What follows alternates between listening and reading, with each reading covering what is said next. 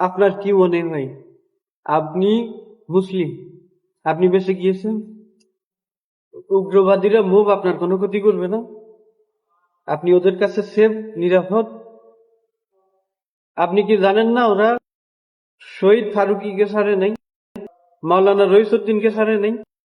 ওরা কবর থেকে লাশ তুলে এনে পুড়িয়ে ফেলছে, নুরা পাগলাকে ছাড়ে নাই।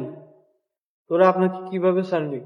আপনি যত অন্যায় করুন না কেন, আপনি বেঁচে যাবেন যদি ওদের সাথে তাল মিলিয়ে চলতে পারে। আর যদি ওদের সাথে তাল মিলিয়ে না চলে, আপনি মুসলিম হয়েও বাঁচবেন না। আপনি হিন্দু, আপনি বৌদ্ধ, খ্রিস্টান, অন্য যে কোনো ধর্মের হন, আপনি বেঁচে যাবেন। ওদের মতের সাথে যদি আপনি একমত হন, তাহলে আপনি বেঁচে যাবেন।